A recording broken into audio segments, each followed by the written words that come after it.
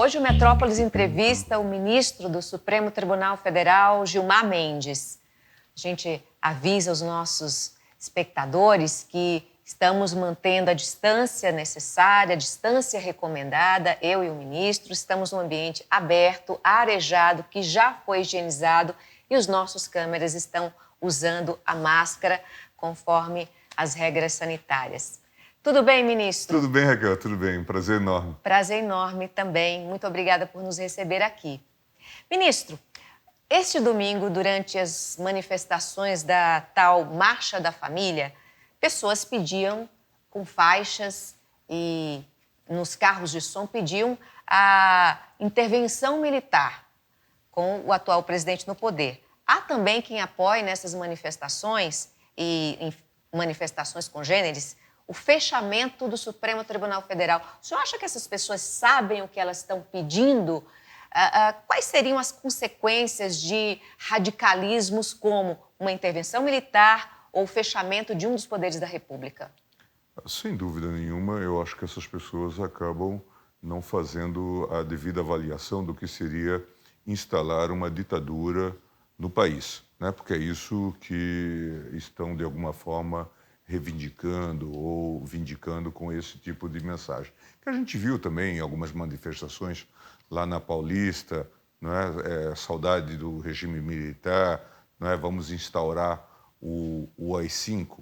O AI-5 instalou no Brasil, ou reinstalou, uma verdadeira ditadura, né? A partir de 13 de dezembro de 68. Nós passamos a ter tortura, nós passamos a ter a Lei de Segurança Nacional aplicada, pessoas ficavam presas, de alguma forma, por 30 dias incomunicáveis. A imprensa passou por um período de censura. Há de se lembrar, por exemplo, até hoje faz parte um pouco da história e também do folclore jurídico político, o Estadão recebendo censores no seu âmbito e tendo que publicar poemas de Camões ou receita de bolo, né, para denunciar que aquele espaço tinha sido censurado, né? Então, essas pessoas, certamente, numa ditadura, não poderiam fazer manifestação como essa, né? Então, esses são sinais que mostram que essas pessoas estão mal avaliando o que representou a ditadura. No Brasil, a gente tem romanceado muito a ditadura, né? Porque fizemos uma transição pacífica, mas isso não foi um bom período. E não é um bom período, nem mesmo para as Forças Armadas. E o fechamento do Supremo Tribunal Federal, ministro? Qual a gravidade de se pedir tal insanidade? Sem dúvida nenhuma, isso representaria, na verdade, o colapso de uma justiça independente, não é? Quem passaria a exercer essas funções? A função de garantia dos direitos. Num sistema em que os direitos não estão garantidos e não tem um órgão para garanti-los, esses direitos desapareceram, virtualmente desapareceram. É preciso, portanto, ter essa visão do sistema e do problema que se coloca. Agora, o que nós vamos fazer? Vamos proibi-los de dizer isso? Não. Nós devemos chamar a atenção, não é, persuadi-los de que eles estão no caminho errado. É possível ser tolerante com os intolerantes, ministro? Eu tenho a impressão de que, no que diz respeito à liberdade de expressão, devemos ser tolerantes. Isso é a força da democracia. Quando isto parte para ataques, para ameaças, como nós tivemos aqui não faz muito tempo, de invasão do prédio, ou mesmo de o espocar de fogos sobre o tribunal, aí nós temos as respostas que o sistema jurídico pode oferecer. Desde 2019, o Supremo Tribunal Federal vem sido alvo, não só o Supremo, a instituição, mas também ministros, particularmente, individualmente, vêm sendo alvos constantes de ataques sistemáticos, tanto nas redes sociais quanto nas ruas, durante manifestações, geralmente pró-Bolsonaro. Esse movimento, na sua opinião, é um movimento orgânico, um movimento espontâneo, ou seria algo pensado, elaborado, premeditado? Nós temos hoje 2 inquéritos que tramitam, inclusive, no Supremo Tribunal Federal, aquele chamado das fake news, né, e dos atos antidemocráticos. Um por iniciativa do próprio tribunal, o presidente Dias Toffoli determinou a abertura, o ministro Alexandre foi designado relator, e este outro é de iniciativa da Procuradoria-Geral. Ali há investigações que sugerem não só um certo ativismo, mas também a participação de empresários, de militantes que estavam subsidiando esse movimento. Certamente esperavam ficar atuando de forma implícita, escondida. Há né? políticos também nesse... Não sei. Esse rol?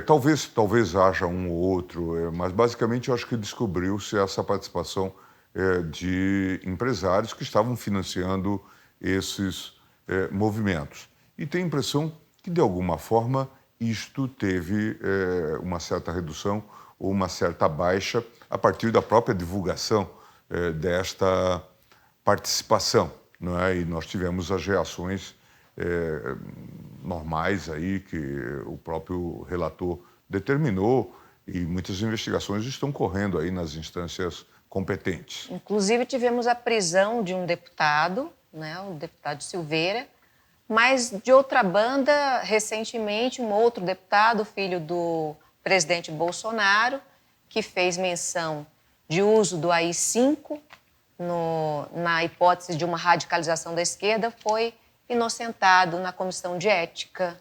Há dois pesos para uma medida? Para uma mesma medida? Essa é uma discussão que a gente tem que levar em conta e perguntar também aos setores incumbidos disto na Câmara e no Senado. Né? Muitos dos exageros que nós temos visto têm a ver também inicialmente com o não funcionamento das comissões de ética. Elas foram recentemente instaladas nas duas casas, mas não haviam sido sequer instaladas. Né? E esse novo aprendizado da vida parlamentar, né? Muita gente foi eleita sem nenhuma cultura política, que é a cultura da tolerância, da flexibilidade, né? Do respeito à opinião do outro. E né? do diálogo, Do diálogo, essencialmente. né? Então, acho que houve muitos aventureiros nesse contexto em que nós estávamos inseridos em 2018, que foram eleitos. Tanto é que alguns sequer se integram direito numa bancada, né? Não tem uma atuação política determinada. Poderiam fazer luta de rua, poderiam estar naquelas torcidas organizadas de determinados clubes, não lá do Santos, né?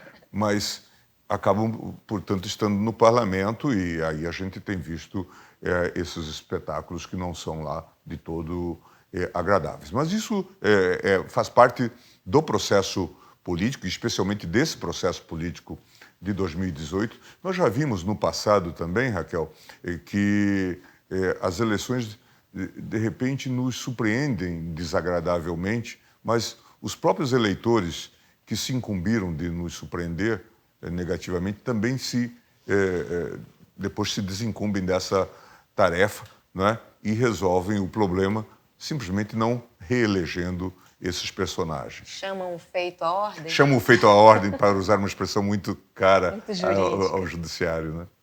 Ministro, o seu colega, o ministro Barroso, concedeu uma liminar autorizando a abertura de uma CPI que deve investigar a atuação do governo federal, a omissão e a ação do governo federal na contenção da pandemia. Essa decisão, ela acendeu a cólera do presidente. O presidente nem esconde a sua cólera, a sua raiva, a sua insatisfação com a instalação dessa CPI e anda assediando senadores, inclusive o senador Cajuru. Né? Um diálogo entre os dois se tornou público, e esse assédio visa pautar o impeachment de ministros do Supremo como uma espécie de represália. O senhor teme a abertura de processo de impeachment? Entre os alvos do governo federal estariam o ministro Barroso, estaria o ministro Alexandre de Moraes e estaria o ministro Gilmar Mendes. O senhor teme a abertura desses processos? Acho que não. Na verdade, isto se tornou uma conversa recorrente. Agora, recentemente, os alvos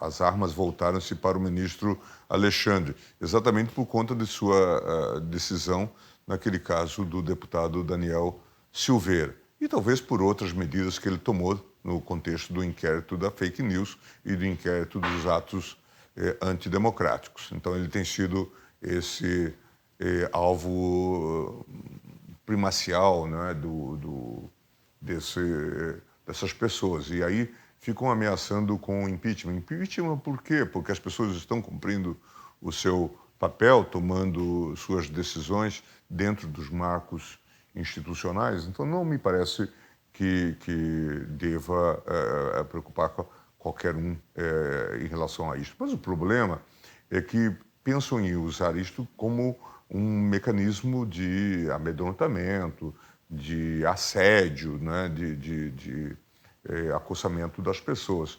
Acho que a gente deve responder com serenidade a isso e creio que o Congresso, Câmara e Senado são compostos por pessoas, na maioria, de grande maturidade política e sabem distinguir o que é a luta política de qualquer outro embate. Então, a mim me parece que isso não surte nenhum efeito. O senhor considera que essa ingerência do presidente da República sobre o Senado, essa pressão do presidente para que se abra processos de impeachment contra ministros do Supremo, isso pode ser interpretado como uma ameaça ao Poder Judiciário?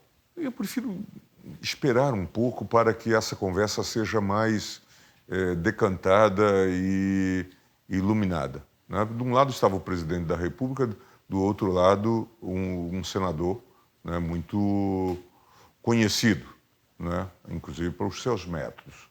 Então, nós devemos aguardar que isso seja devidamente esclarecido antes de emitir um juízo mais seguro. O senhor deve ter ouvido, claro, o diálogo entre o presidente da República e o senador Cajuru. Na sua opinião, pareceu-lhe um diálogo republicano ou pareceu mais uma conversa conspiratória? É difícil dizer, como eu disse antes, eu prefiro aguardar esclarecimentos. Nós já vimos que agora o senador Cajuru tem difundido aí excertos desta conversa ou está até esclarecendo coisas que o presidente teria dito. Acho que é preciso conhecer as inteiras, de que se tratou, em que contexto isto se deu. Muita gente está falando de uma possível combinação, né, de que a gravação não teria sido assim tão assorrelfa, tão sorrateira como se espera, mas se foi também isto agora irrelevante. Vamos aguardar, porque, de fato, nós estamos ainda nesse processo preliminar de investigação e de revelação. Eu prefiro não atribuir muito significado a isto, sabe? Eu acho que nós devemos prosseguir no nosso trabalho, conscientes de que estamos fazendo o nosso trabalho de maneira correta, esclarecer a opinião pública do que nós estamos fazendo, né? Quais são as medidas que nós estamos tomando e por que, eventualmente, nós somos atacados ou vilipendiados. Ministro Gilmar Mendes, há alguma chance de pressões externas influenciarem na decisão do plenário do Supremo, que vai se reunir nessa quarta-feira para deliberar sobre a CPI da pandemia? Não vejo. Eu acho que a decisão será, como sempre, soberana. O tribunal vai deliberar e certamente avaliar os contornos em que se deu essa decisão liminar do ministro Barroso com toda a independência. Mas senadores que são simpáticos ao presidente da República já estão colhendo assinaturas, né, para uma CPI mais ampla que abrangeria também todos os municípios brasileiros e todos os estados da federação. Se aprovada, nós vamos ter duas CPIs no momento crítico do país, duas CPIs correndo paralelamente. Será que isso cabe no Congresso? Será que não é uma forma de uma CPI inviabilizar a outra? Eu acho que temos que aguardar. Eu acho que essas iniciativas que são tomadas no Congresso Nacional, não é? Muitas vezes elas têm muita espuma, não é? E tem um endereço político certo, não é? Mas o que vira depois é algo concreto. Temos que, de fato, aguardar, não é? As mesas da Câmara e do Senado são representadas por pessoas extremamente bem experimentadas do ponto de vista político e saberão distinguir uma coisa de outra, né? O que de fato é consistente em termos políticos e aquilo que de fato é um pouco de fumaça, que faz parte também do jogo e da cena política, como você bem conhece. Portanto, se a gente fica opinando sobre esses anúncios de iniciativa, né, nós às vezes estamos opinando sobre coisas muito preliminares, né, que talvez já tenham dissipado antes de passar a meia-noite, né? Ministro, em 5 meses de trabalho, o seu colega, o ministro Cássio Nunes, que foi indicado pelo presidente Jair Bolsonaro, já acumula algumas decisões polêmicas. A mais recente foi a liminar, que autorizou a abertura de templos religiosos em pleno lockdown, né, em pleno pico da pandemia, e contrariando um entendimento prévio tomado por toda a corte. O senhor diria que isso é uma inexperiência do ministro ou será que ele tem algum senso de dever para com aquele que o indicou? Eu não diria nada disto. Eu tenho a impressão que esse tema é sempre um tema que divide. Eu mesmo recebi aqui representantes das igrejas evangélicas que vieram falar sobre um processo que estava sob a minha relatoria, que eu acabei levando ao plenário. E eles ponderavam, e tinham razões ponderáveis para dizer que isto repercute sobre a liberdade religiosa e afeta a atuação de muitos crentes. E eu, claro que ponderei a eles também que, reconhecendo que os argumentos eram ponderáveis, que nós estávamos em plena pandemia e que tão logo essa situação se resolvesse, quer dizer, que houvesse uma redução dos casos de infecção, dos casos de internação e dos casos de óbito, certamente os gestores responsáveis por essas medidas tomariam as medidas de redução, né, de não recrudescimento do quadro. Então, foi essa a ponderação que fiz. E certamente eles também insistiram com o ministro Cássio e ele acabou sendo sensibilizado por um argumento que, de fato, é relevante, de que o fechamento dos cultos afeta a liberdade religiosa. Foi por isso até que eu levei a matéria ao pleno, pedi logo na segunda-feira que nós afetássemos ao pleno para que pacificássemos o tema e não falássemos com muitas línguas para o público, numa matéria que é muito sensível, porque não se trata só de opinião. Ao fim e ao cabo, as pessoas redundam doente e, ao final, podem redundar mortas. Né? Então, era preciso que nós agíssemos com grande responsabilidade. E foi o que nós fizemos. Nós discutimos a matéria adultamente no pleno, né? E dissemos, não pode. Temos que observar as regras das autoridades responsáveis pelo estado sanitário. O senhor e o ministro Cássio já protagonizaram alguns embates fortes, né? A gente que acompanha a TV Justiça vê. Quando do julgamento, por exemplo, da parcialidade do ministro Sérgio Moro e agora sobre essa reabertura dos templos religiosos durante o lockdown. Há alguma animosidade entre os senhores? De jeito nenhum, de jeito nenhum, não. Desavença política? Não, nenhuma. Não. Eu, como sabem, sou bastante enfático, né, nos meus argumentos. Eu até brinco dizendo com seus colegas que eu sou bastante duro, mas na bola, né? Portanto, usando uma linguagem futebolística, né? Eu jogo de maneira muito clara e uso dos argumentos disponíveis para tentar persuadir e mostrar a minha posição. Mas não pessoalizo. Encerrado o debate, a vida segue com absoluta normalidade, né? Então, não há nenhuma animosidade nem diferença. Eu já dei palavras aí de elogio, de reconhecimento à atuação do ministro Cássio. Ele está chegando aqui, ainda terá muito tempo no tribunal e, de fato, isso envolve um reconhecimento da jurisprudência. Todo dia nós que somos mais antigos estamos aprendendo. E também aqueles que chegaram mais recentemente têm muito que também aprender aqui. Os fofoqueiros que acompanham a TV Justiça, as sessões da TV Justiça, chegaram até a ironizar quando o senhor trocou acidentalmente o nome do ministro Cássio. Teve alguma ironia nessa troca? Não, de jeito nenhum. Pelo contrário, salvo engano, eu falei em Castro Nunes. E se alguém for chamado de Castro Nunes aqui no tribunal, é um elogio, porque se trata de um dos ícones do direito no Brasil, né? Um dos grandes juristas que passaram pelo Supremo Tribunal Federal. Portanto, nenhuma ironia. Se houvesse ironia, era a ironia do bem.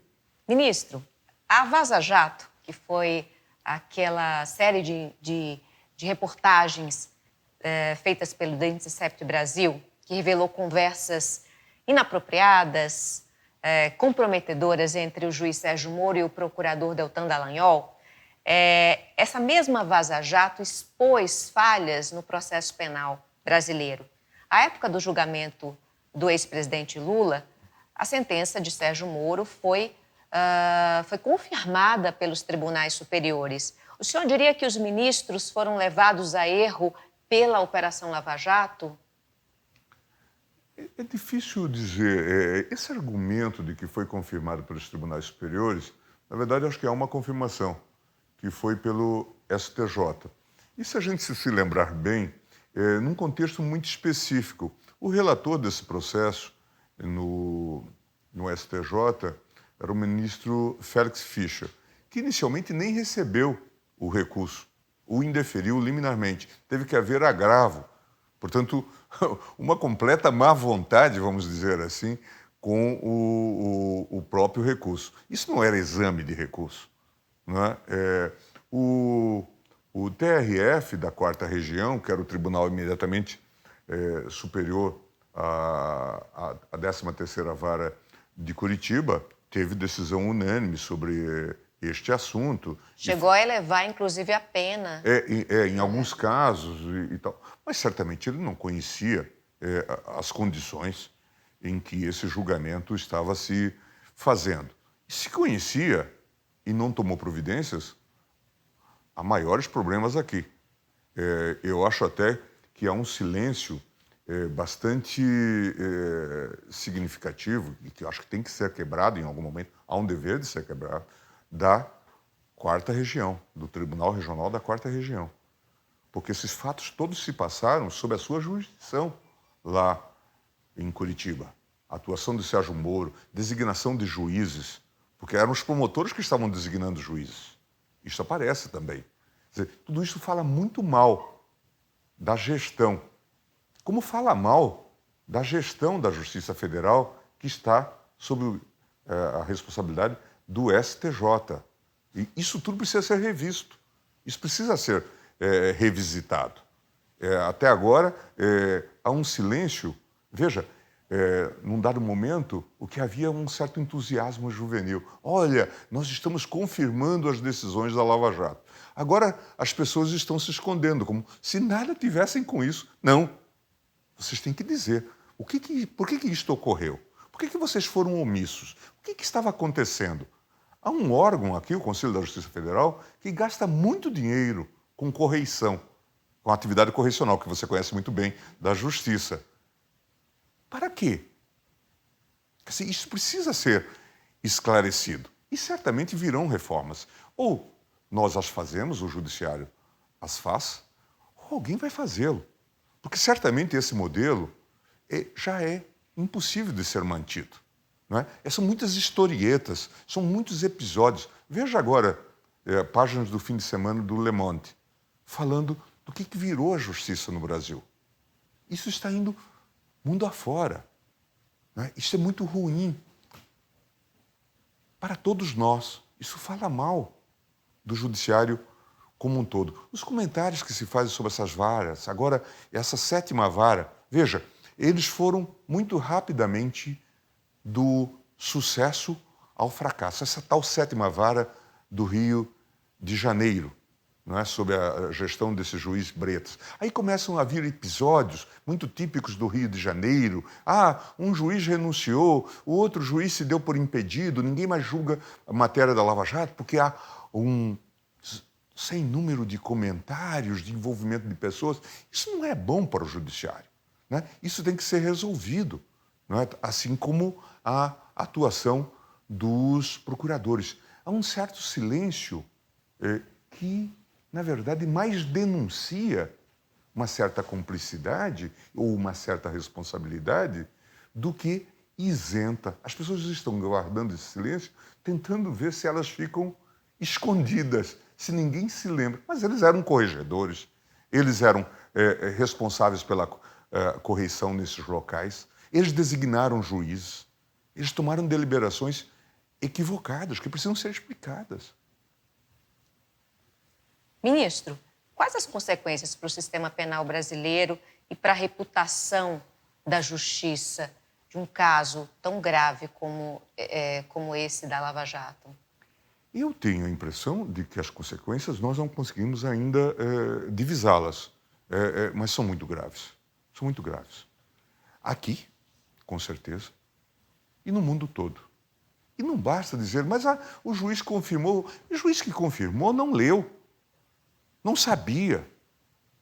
Porque se disser que sabia, também vai estar se comprometendo com esses malfeitos. Mas as consequências são muito graves. E por isso nós temos que, de fato, reolhar isto e reverificar. Todo esse modelo que se montou de parceria entre juiz, promotor, delegado e auditor fiscal, fazendo investigações às escondidas, porque tudo isso aparece nessas informações. Deixa eu pedir para fulano dar uma olhada lá em Brasília no CPF da Raquel, para saber se houve alguma coisa. Mas há alguma investigação em relação à Raquel? Não, não há. Mas a gente começa a fazer uma por baixo do pano. E o fulano vai fazer isto sem que o seu supervisor saiba. Só que agora a Receita pode olhar se o CPF da Raquel foi verificado de maneira ilícita. E ela deveria falar isto. Por quê? Porque, como a Raquel, ao Gilmar, há 10 outras pessoas, milhares de pessoas, que podem ter tido o sigilo fiscal quebrado, o uso indevido do COAF, e tudo isso desta maneira. Abuso de poder? Abuso de poder notório. Então, isto precisa ser olhado, porque isto é uma ameaça para o direito de todos. Ministro, qual a chance de aparecer por aí um outro herói de capa preta, de terno preto, de camisa preta, de gravata preta, querendo fazer justiça à revelia das leis? Eu tenho a impressão de que tudo isto é uma circunstância muito específica e contou com condições muito favoráveis e peculiares. E também com uma grande adesão da opinião pública, é notório, e da opinião publicada. A imprensa foi parte disto. Se um homem influente, poderoso, um ex-presidente da República, defendido por uma das melhores bancas de advogados do país, se esse homem foi preso indevidamente, o que pode acontecer a nós? Aí eu ponho a mão bem para mim, ministro, a nós, pobres mortais, jornalistas, motoristas de aplicativo, estudantes. O que pode acontecer à pessoa comum se a gente entra na mira de um promotor, de um juiz, de um delegado parcial? Isto é um grande problema e isto se mostrou. Eu acho que esse é o grande aprendizado. E, nesse sentido, uma batalha que eu travava aqui desde 2009, na presidência do Supremo, redundou em algo positivo, que foi a aprovação da lei de abuso de autoridade. Nós temos que ter remédios para conter esses poderosos, que vão do guarda da esquina, muitas vezes, não é? Ao promotor da sua cidade, que a partir de uma decisão qualquer ou de uma fixação, decide persegui-la. Não é? E esta é uma realidade. Nós vimos isso, né? No caso, as revelações, por exemplo, há conversas ali em que eles dizem fulano de tal, Bendini, decidiu cooperar, porque nós vamos transferi-lo para o presídio tal, de más condições. Veja, isto tem significado, né? Portanto, bastou ameaçar e aí riem. Ou quando morria alguém na família do Lula, o neto, o irmão, ou mesmo a dona Marisa, faziam ironia, riam. Veja, não tinham compromisso, nem aquela sensibilidade moral que cada um de nós deve ter, né? Quer dizer, o que nós fizemos de errado para trazer para o poder público, porque é disso que nós estamos falando, né? Como que nós, de fato, estamos nos organizando para recrutar essas pessoas de tão má índole em termos morais? O que nós estamos fazendo de errado para chamar juízes desse perfil, para chamar promotores desse perfil, eventualmente delegados ou coisa do tipo? Gente que é capaz de rir diante da morte de uma criança. Por quê? Porque não gosto dos avós. Ou porque estou dando combate. Quer dizer, nós temos que repensar tudo isso. Nós estamos no meio a um processo em que nós vamos ter que olhar tudo isso. Quer dizer, todos nós, de alguma forma, temos algo a ver com isso. Se a gente quer construir um país melhor para nós, para os nossos filhos, para os nossos netos, nós temos que olhar isto. Porque essas instituições estão doentes, elas estão deformadas. Porque elas têm integrantes deformados. Esses dias eu ouvia o Zaffaroni, um grande juiz da Corte Interamericana de Direitos Humanos, na Costa Rica, jurista argentino, e ele dizia: a gente não pode se esquecer, ministro, que quem formou essa gente foram as nossas escolas. As nossas escolas de direito, as boas escolas, as escolas de elite, que formaram essa gente. Gente que é capaz de torturar. Gente que é capaz de fraudar um processo, de combinar com o juiz a ação que vai entrar, sabendo que está violando as regras. Que fundaram um código que eles chamavam o Código da Rússia.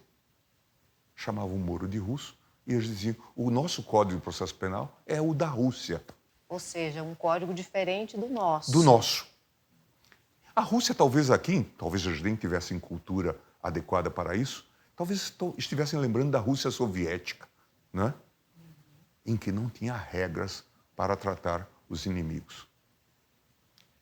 Ministro, a Lava Jato e a prisão do ex-presidente Lula tiveram, obviamente, um impacto decisivo sobre as eleições de 2018.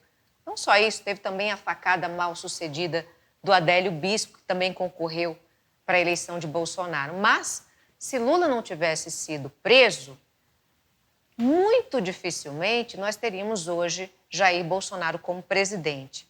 Agora nós passamos por uma revisão dos processos da Lava Jato, pouco mais de um ano antes das eleições de 22.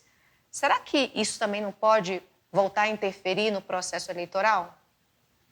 Acho que não. Na verdade, eu acho que o que se está fazendo é uma revisão de rumos, uma correção.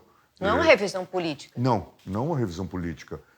Eu tenho dito sempre que nós devemos propiciar ao presidente, que continuará a ter os seus processos, o ex-presidente, um julgamento justo. É isso que é fundamental. Acho que é bom a gente explicar que o ex-presidente Lula não foi inocentado. Não foi inocentado. O processo continua, ele terá que responder e nós temos que olhar isto nessa perspectiva e dizer ao público isto. Agora, é fundamental que aquilo que a gente quer para a gente queira para os outros. A gente quer ser julgado por um juiz independente. A gente tem esse direito. A gente tem esse direito. né? É o chamado princípio do juiz natural. Aquilo que a gente quer para a gente, né? Que a gente não quer ser julgado por um juiz parcial, a gente deve querer para os outros. E esse é um investimento. Tudo isso é que justifica o investimento que se faz nesse imenso aparato. Nós gastamos muito do PIB com esse imenso aparato para estarmos produzindo essa grande encrenca que nós produzimos. Nós temos que fazer uma revisão. Eu tenho sempre clamado às pessoas para que assumam as suas responsabilidades e que digam por que nós erramos, onde nós erramos, para nós não repetirmos os erros. Aquilo que você falou um pouco antes, se isto acontece com o ex-presidente da República, o que não pode acontecer com o ordinary people, com o homem comum, não é? Que a toda hora, às vezes, se dá com a autoridade. Aquilo que se falava na ditadura. A preocupação não é só com o presidente, é com o guarda da esquina, né? Que é todo empoderado. Nós sabemos aí as pessoas que entram nas favelas atirando, né? A toda hora tem essas balas perdidas que não são balas perdidas, né? Que atingem pessoas, muitas crianças, né? E todo esse quadro deplorável que nós temos. Então, nós precisamos olhar isto, precisamos ter uma justiça que seja digna desse nome, precisamos prestar atenção nisto. E por isso que esses episódios ajudam-nos a iluminar. Eu não estou muito interessado em reprimendas, sanções, etc. Eu acho que é importante que a gente se abebere, domine todos esses fatos para que a gente não reincida nesses erros, que, de fato, a gente possa criar, a partir daí, um ambiente de segurança jurídica, fazer as reformas necessárias para que, de fato, isso não se repita. Mas mesmo depois que todas as revelações sobre as relações entre Sérgio Moro, o juiz, Deltan Dallagnol, promotor, delegado, depois que tudo isso veio à tona, mesmo assim, Sérgio Moro ainda é tido, divinizado como um herói. Isso mostra da falta de entendimento da pessoa comum sobre o sistema jurídico. As pessoas deviam entender um pouco melhor de leis para poder fazer melhores julgamentos. É muito difícil tudo isso, considerando as clivagens que existem na própria sociedade, né? Os diferentes graus de formação. Então, tudo isto explica. Por outro lado, houve uma massiva propaganda. Se nós olharmos as conversas, por exemplo, que aparecem com seus colegas jornalistas, muitos deles serviam um pouco de assessores de imprensa, de ghostwriters, naquelas situações, né? E cumpriram um pouco esse papel, né? Portanto, a Lava Jato, ela tinha, nós não podemos desmerecer, ela talvez se dedicasse muito mais à divulgação dos seus feitos do que ao trabalho jurídico. O trabalho jurídico talvez seja até canhestro, como se está vendo, não é? Mas contavam com uma massiva propaganda para quê? Para, inclusive, inibir juízes que tivessem que rever essas decisões, né? Então, tudo isto fez parte de uma máquina de propaganda que ajuda ainda na mantença dessa eventual mitificação, mas isto o tempo se encarrega de esclarecer, né? Sem dúvida nenhuma, isso o tempo esclarece. O cemitério está cheio de falsos heróis. Ministro, o seu colega Marco Aurélio Mello vai deixar o cargo agora no mês de julho e abrirá mais uma chance aí do presidente Bolsonaro indicar um ministro terrivelmente evangélico ou terrivelmente católico. A gosto é a preferência do presidente. Há dois fiéis escudeiros do presidente candidatos a esse cargo, né, tão almejado. São eles o PGR, o Augusto Aras, e o AGU, o advogado-geral da União, André Mendonça. Há risco de aparelhamento ideológico do Supremo Tribunal Federal com essa nova indicação do presidente Bolsonaro? Eu prefiro dizer que não. Acho que não temos esse risco. É claro que é legítimo o presidente encontrar um nome que tenha lá algum tipo de identidade com o seu ideário. Mas é fundamental, e a gente está vendo isso nas várias indicações ao longo do tempo, é que seja um constitucionalista terrível, não é? Que seja um sujeito dedicado ao texto constitucional, à defesa da Constituição. Ministro, na semana passada eu conversei com o ministro Marco Aurélio Mello, que está, mais uma vez, repito, deixando o tribunal, está completando 75 anos, e pela aposentadoria compulsória. Ele defendeu, na entrevista que me concedeu, que o presidente da Câmara, Arthur Lira, ele tem que dar andamento aos pedidos de impeachment do presidente Jair Bolsonaro, que já somam mais de 100 pedidos e restam, né, deitados, adormecidos na mesa do presidente da Câmara, acho que já sob fartas camadas de teias de aranha. O senhor acha que a tramitação desses pedidos de impeachment, essa tramitação ela deve obedecer à vontade exclusiva do presidente da Câmara, à conveniência política do presidente da Câmara, ou essa tramitação tem que obedecer à lei do impeachment, que diz que os impetrantes merecem uma resposta, que diz que é preciso montar-se uma comissão para dizer se os pedidos são ou não válidos?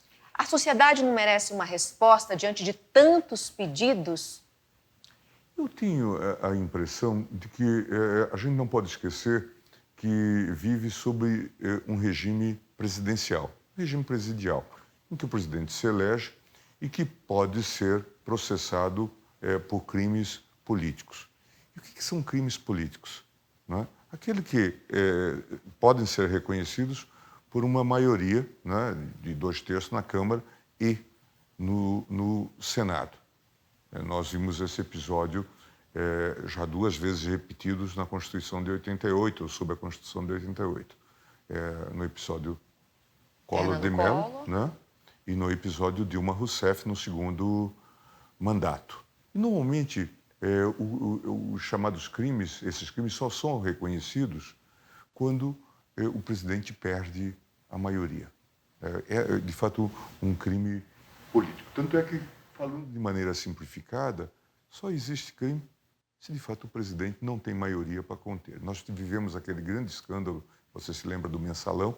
Não obstante, não é, o presidente Lula ficou intangível, inatingível naquele momento, embora se dissesse que havia responsabilidade, pelo menos responsabilidade política dele, com essa história do financiamento das bases partidárias e tudo mais. Por quê? Ele tinha uma grande popularidade e tinha também uma grande base, manteve uma grande base parlamentar. Mas cabe ao presidente da Câmara simplesmente engavetar sem dar uma resposta aos impetrantes?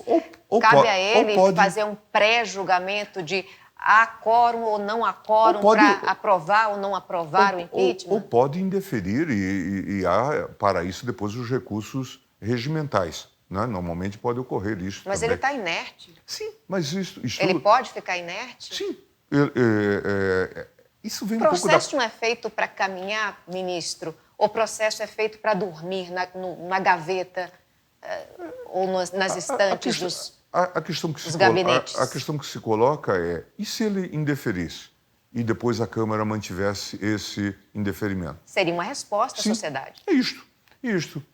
Nós vimos recentemente nos Estados Unidos, naqueles últimos episódios ainda da presidência Trump, né, em que foi aceito o impeachment. Né? E a Câmara votou, tinha maioria para isso, né? E foi ao Senado, onde ele foi solenemente sepultado. Onde né? Trump tinha maioria. Veja, portanto, isso acaba sendo um jogo puramente parlamentar, de contabilidade parlamentar. Né? Então, é preciso olhar isso, portanto, com esse cuidado. Se o presidente da Câmara decidir indeferir, muito provavelmente haverá recurso ao plenário. Qual vai ser o destino? Muito provavelmente será a mantença deste entendimento. Em suma, precisamos olhar nessa perspectiva. Eu não vejo o impeachment hoje como um corretivo para as ações presidenciais, se não se forma uma maioria para, de fato... Mas como saber se há maioria ou não há maioria? Há uma contagem prévia? Essa é uma verificação que se tem que fazer. Certamente, nesse ambiente hoje, o governo deve ter maioria, pelo menos se supõe, né? O presidente da Câmara deve alguma satisfação a esses impetrantes e à sociedade sobre os mais de 100 pedidos de impeachment que estão Eu em tenho a seu impressão gabinete? que, em algum momento, o presidente da Câmara tomará alguma deliberação nesse sentido, como tem havido em relação... no próprio Senado, no ano passado, se acumularam muitos pedidos de impeachment em relação a ministros do Supremo. E o presidente, em algum momento, decidiu arquivá-los. E isso tem ocorrido, não é? Então, certamente, em algum momento, haverá decisão em relação a isto. Mas a gente não deve, acho que, investir energia nesta questão como se isto fosse o grande problema ou como se o impeachment fosse a solução para resolver o problema do mau governante. Nós temos que nos perguntar: o que nós fizemos? Como que nós votamos? Ministro Gilmar Mendes, muito obrigada pela entrevista, por essa aula de direito que o senhor acabou de nos dar. Eu agradeço a paciência de vocês e estou sempre à disposição. Obrigada, ministro. Obrigado. O Metrópolis Entrevista fica por aqui. Eu vejo vocês numa próxima oportunidade. Tchau.